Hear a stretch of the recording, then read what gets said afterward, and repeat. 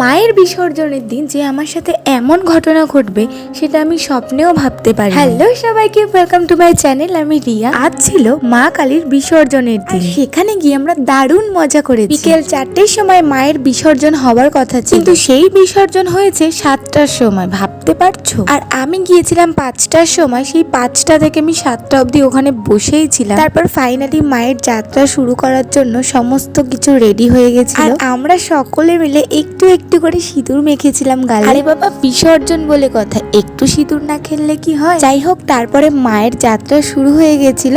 আর এইদিকে নাচ অলরেডি শুরু হয়ে গেছে। আর আমরা ভীষণ মজা করেছি। প্রথমে একটু একটু নাচ হলো, পরে কিন্তু মারাত্মক নাচ হয়েছিল। তবে সমস্ত কিছুর মধ্যে একটাই দুঃখ যে মা চলে যাবেন, আরো একটা বছরের অপেক্ষা। ওই যে বললাম, আমাদের বেরোতে বেরোতে অনেকটা রাত হয়ে গেছিল, তাই আমরা পুরোটা যেতে পারিনি। অর্ধেক রাস্তা থেকে একটা ক্যাম্পা খেতে খেতে বাড়ি চলে এসেছি। ভিডিওটা তোমাদের কেমন লাগলো জানিও। আজ আসি, টাটা।